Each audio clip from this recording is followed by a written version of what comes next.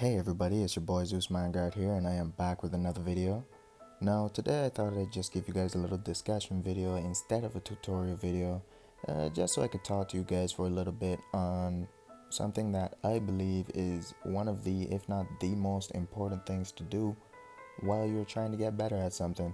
It doesn't matter what it is, it doesn't only apply to art, it could also be dancing, singing, playing a sport even, and that is practice. Now, I'm sure we all know what practice is, so I'm not going to dive too deeply into what practice is.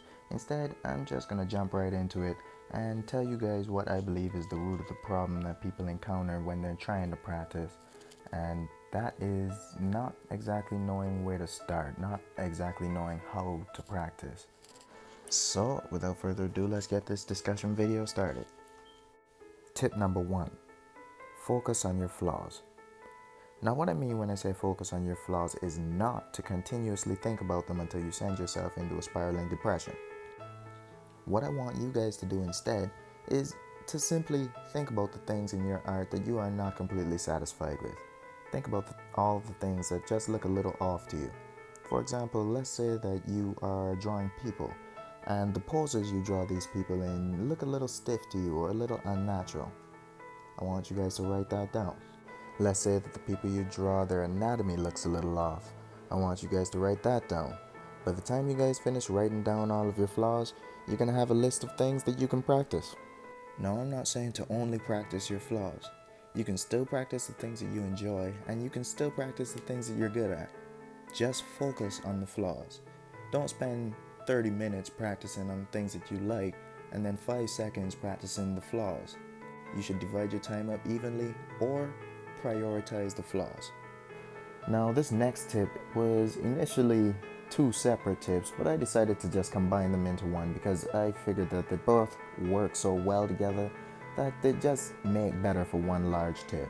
So, tip number 2: practice a variety of things and practice outside your comfort zone. Now, I'm sure a lot of you artists out there have a goal in mind of finding your own style, finding that style that's unique to you, that anyone could see it and automatically know that that is your style. Now, using this tip will help you to evolve and adapt your own style. Now, the way that this works is when you're practicing outside of your comfort zone, you're basically going to be practicing in different styles.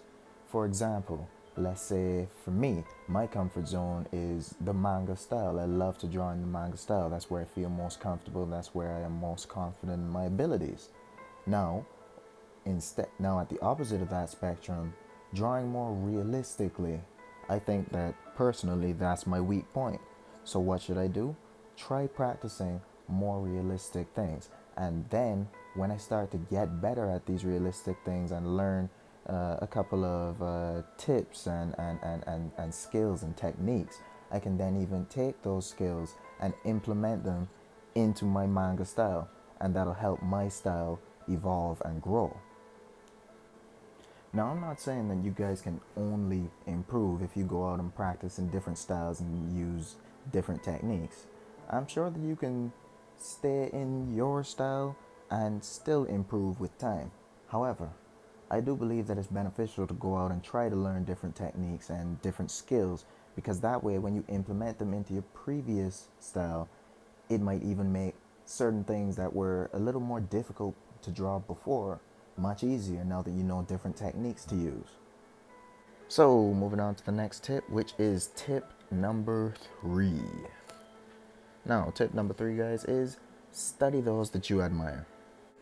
Now, this tip is pretty self-explanatory, so I'm not going to dive into it too deeply. I just want to touch on it for a quick second and say that there are tons of artists in the world, many of which are here on YouTube. You guys can go and look them up and learn from their videos. A lot of them have videos, tutorials, discussions, a lot like the ones that I'm trying to do here on this channel.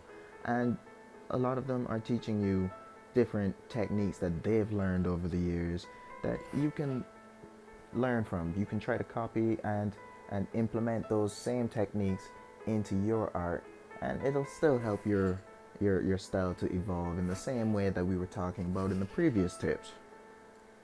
Now you can believe that I study a ton of artists right here on YouTube.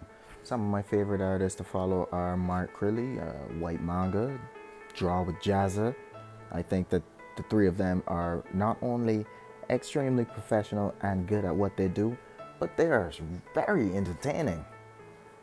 There's also Super Ray Dizzle, Lethal Chris Drawing, My Mangaka Life, Bailey J, Sophie Chan. There are tons of artists out there that you guys can go and learn from. So that's pretty much what this tip is all about. Going out and learning from the artists who are providing tips for you guys basically for free. And who doesn't love free stuff? I know I do. So go on and get yourself some free tips and techniques. Yeah. Wow, I still got a lot of video to go and not enough tips left. Oh well, moving on. Tip number 4. So tip number 4, just like tip number 2, was originally 2 separate tips, but I decided to just combine them because they work really well together and can kind of pass for the same tip. And that is, be consistent and don't expect to get better overnight. Now this is another tip that is pretty much self-explanatory, but there are a lot of people out there who get really frustrated with their art and even come close to quitting and stopping altogether simply because they're not improving at the rate at which they think they should be improving. They've been practicing for a long time, let's say a couple of years maybe, and they don't believe that they're as good as they should be. Or worse than that, they've been practicing for a couple of months and don't believe that they're seeing a drastic improvement like they were expecting. And there's a very, very simple reason to this. Getting better and improving takes time.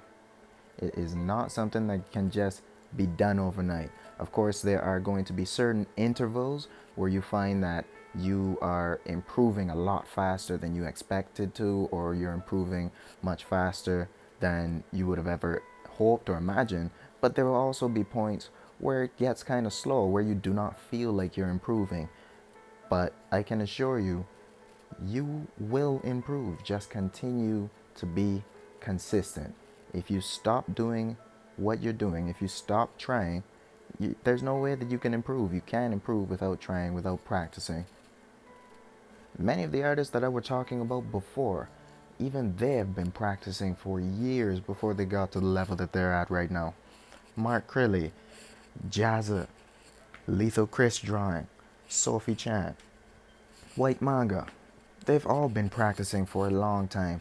And if you watch their videos, some of them even still say that there's room for improvement, because they know that there's still room for improvement.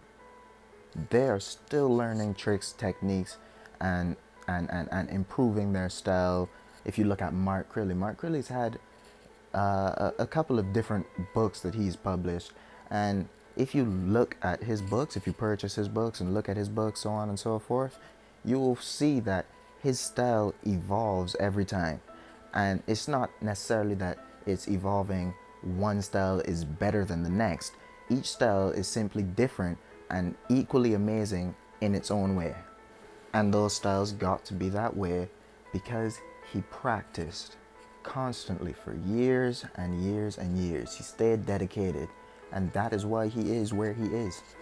So guys, I want you to try being consistent and do not expect to improve drastically over such a short period of time. Just be consistent, and I promise you guys, you will see improvement. It may be slow, it may be gradual, but after a while, all you need to do is just look at your art from the time you started to the point that you're at now, and you will see the improvement throughout the years. Tip number 5, and this is the final tip, guys, tip number 5, and that tip is, if comparing yourself to other artists is making you feel bad about your art or bringing you down, don't compare yourself to them. Focus solely on improving yourself, your art as an individual, instead of focusing on how great or amazing other people's art is. Now, I'm not saying to never compare yourself to other artists, because if you can compare yourself to another artist and it motivate you or it push you to get to their level or even surpass their level, then that is brilliant, that is amazing, and I say go for it. Compare yourself to everyone if that's the case. But if comparing yourself to other artists, if comparing yourself to other people is instead not motivating you, instead it's making you depressed or making you feel like you want to give up because you're not at their level and they're just so amazing and you don't think you can ever reach that, if that's how you feel when you compare yourself to other artists, then don't do it. Don't compare yourself to other artists. Focus on yourself and focus on improving your art. Don't focus on where they're at and how they got there and how short of an amount of time it took them. Just focus on getting yourself to a level that you are happy and you are comfortable with. So with that said, guys, we are basically at the end of this discussion video. For those of you who are wondering, what you can see me working on right now is just a quick random drawing that I was doing of one of my main characters from my manga. His name is Isaac.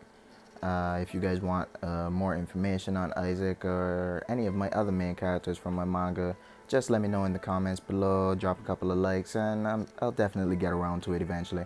But I was drawing him and I realized that I was drawing him right in the center of the page and there was nothing around him. It was just dead white space. And I decided that it looked a little uncomfortable to me. So I decided to use that time to practice. Just in case you guys haven't noticed, practice is clearly the word of the day. So continuing with the story, I just decided to go back and try to drop in a little background behind him. I wanted to try to make it look sort of natural, but because it wasn't planned, it didn't end up looking as natural as I would have liked.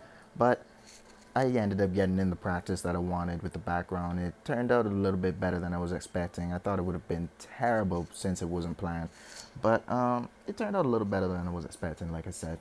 So it ended up working out for the best. But that's what I'm working on. So guys, with that out the way, I believe it's about time I start winding this one down. I just want to thank anyone who has watched this video from the beginning to the end. It is greatly appreciated. And also, if you enjoyed this video, feel free to go back and check out my previous video. It was also the very first video that I uploaded to this channel. I think you guys might enjoy it if you enjoyed what I did here. It's more of a tutorial style video showing you guys how to draw a male manga face from the front. So feel free to go and check that one out. Dive into the comment section below, leave some comments, let me know what you guys thought about this video and what you would like to see in future videos. Also guys, if you want to see this finished drawing, head over to my Instagram, the link is going to be in the description below. And last but not least guys, don't forget to smash that like button, smash that subscribe button, and smash that notifications bell so you guys can stay updated on all my videos. And until next time, I'll see you guys later.